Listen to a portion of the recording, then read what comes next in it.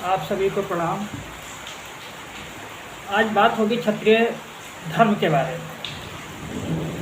क्या है राजपूत, कौन है ठाकुर, कौन है क्षत्रिय, क्या है छात्र धर्म, इस विषय पर थोड़ा है बताना चाहेंगे। क्षत्रिय जब युद्ध के लिए जाते थे, माँ आशीर्वाद देती थी, विजय भाव, पत्नी आरती उतारती थी,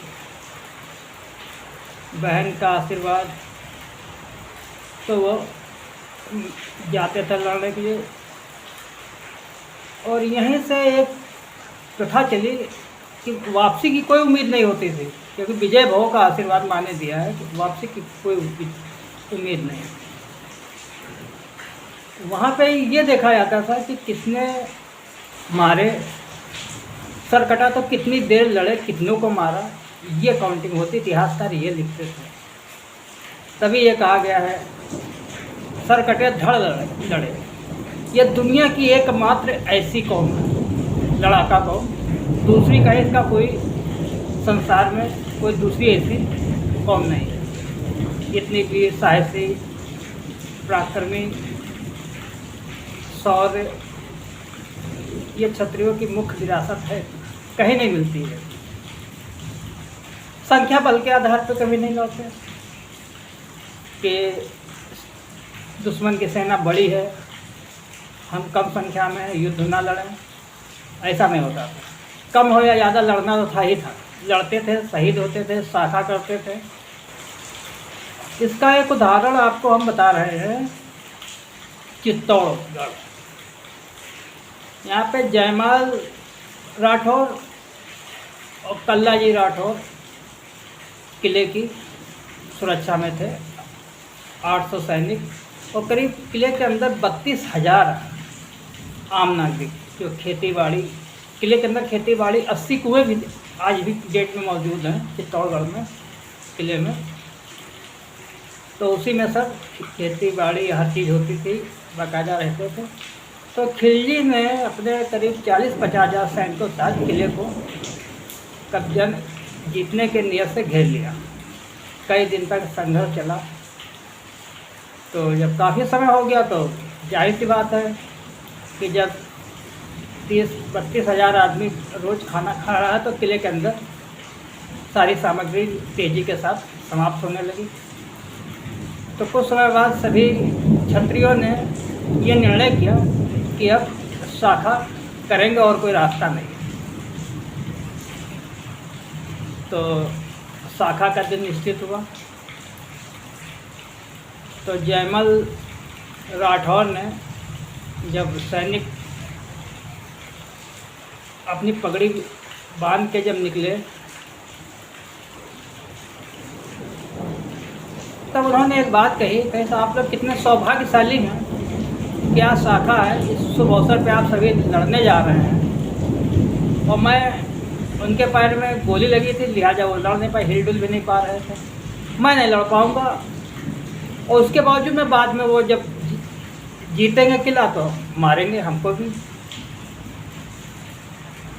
तो कल्लाजी राठौर ने कहा कि नहीं, आपकी ये इच्छा पूरी होगी। कल्लाजी राठौर ने उनको अपने कंधे पे बैठाल के युद्ध किया। उसको चतुर्भुज की उपाधि दी गई है। जयमल और उनको दोनों को, दोनों के दोनों हाथ में तलवार, तो 4 हाथ लड़े तो चतुर्भुज का अवतार उन्हें माना गया और लड़े। मात्र 800 सैनिकों ने 40,000 खिलजी के सैनिकों को मार दिया, और सभी ये 800 मारे भी गए। शाखा में मतलब कि वापसी नहीं, सही है तो आपको बलिदान प्राणों का देना ही देना है, उसी को शाखा कहते हैं। बाद में उसने किला जीता और वहाँ अंदर जाकर उसने करीब 32 हज़ार लोगों को, जो अंदर लोग थे आम नागरिकों की, उसने हत्या के, बूढ़े, बच्चे, जवान, औरतें, सभी को उसने मारा। और क्षत्रियों ने उसमें जौहर किया था। ये दुनिया का तीसरा सबसे बड़ा जौहर था। जब उसमें जौहर हो गया था तो उसमें करीब 1.25 मन सोना उस कुंड से निकला था, अग्निकुंड से। ये क्षत्रियों का सौर पराक्रम। क्या क्षत्रिय क्या छत्राणियों, ये सौर पराक्रम ये क्षत्रियों की एक मिसाल भर है। ऐसी हजारों कहानियां हैं इस देश में।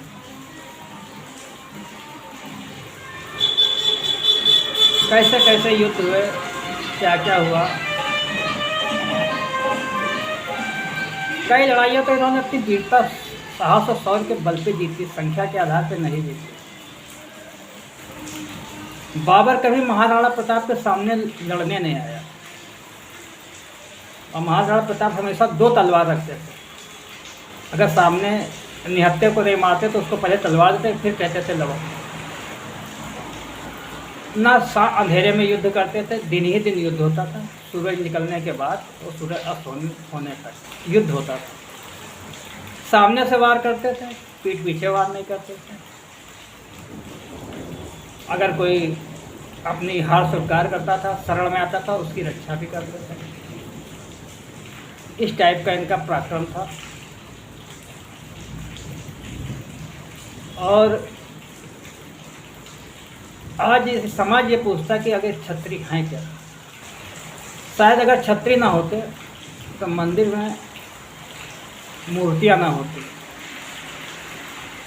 आज भगवान भी सुरक्षित ना होते, एक भी मंदिर ना बसता। ये क्षत्रियों के कारण ही है जो आज सनातन इतना मजबूत खड़ा है। कम से कम राजस्थान ने 500 सालों तक रोका विदेशी आक्रांताओं को। जब राजस्थान की दीवार टूटी उसके बाद ये लोग अंदर आ पाए। आज समाज तरह तरह से बदनाम करता है, कैसे कैसे ब्लेम करता है। बड़े शर्म की बात है। राष्ट्र गौरव है क्षत्रिय।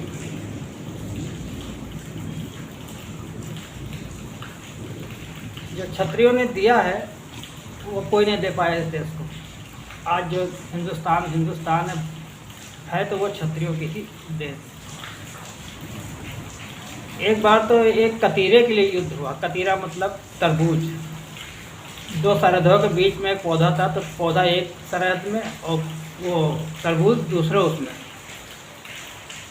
तो उसमें 2 किसानों में विवाद हुआ कि वो कहे मेरा तरबूज, दूसरा कहे ये मेरे पेड़ से निकला तो ये मेरा तरबूज। तो कहे नहीं, इन लोगों का समझौता हो पाया। तो राजा के पास बात गए। तो राजा के बाद दोनों राजाओं ने फिर ये निर्णय किया कि युद्ध किया जाए, जो जीते उसका ये तरबूज। ये मात्र एक तरबूज की बात नहीं थी, ये बात थी कि मेरे देश का नागरिक हमें टैक्स देता, उसकी हर एक माल की रक्षा हो, उसकी सुरक्षा हो, उसकी गारंटी राजा होता है। ये युद्ध इसलिए हुआ। आज की डेट में भी एक ऐसे योगी आदित्यनाथ जी हैं, क्षत्रिय हैं। उनकी कार्यशैली आप देख लीजिए, एकदम पॉइंट टू पॉइंट न्याय संगत बात, ज़बरदस्त फैसले, सख्त फैसले लेने में के लिए जाने जाते हैं। लेकिन क्षत्रिय न्यायप्रिय होता है, अधर्म के खिलाफ लड़ता है। स्वार्थ के लिए, सत्ता के लिए वो कभी नहीं लड़ता। ये क्षत्रियों की मुख्य पहचान है कि 420 करके सत्ता पाना, दंड करना। आज तो पुराने आरक्षण लो, तुष्टिकरण, फलाना और धमाका, 365 चीज़ें राजनेता लिया है। लेकिन योगी जी ने सिर्फ काम किया, अपने काम से लोगों को खुश किया। जनता की रक्षा, माँ बेटियों की रक्षा, न्याय दिलाना, कितने लाखों बीघे जमीन छुड़वा ली।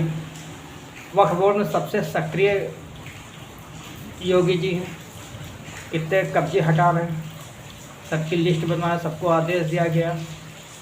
तो ये क्षत्रिय धर्म है। क्षत्रिय धर्म दुनिया में विशेष है, देश में क्या दुनिया में विशेष है, ऐसा कोई दूसरा उदाहरण नहीं। आन बान शान के लिए, न्याय के लिए अपने प्राणों का ये न्यौछावर सदैव करते आए। आज के लिए इतना है। आप सबको मेरा प्रणाम। जय भारत, जय राजपूताना, जय माँ भवानी।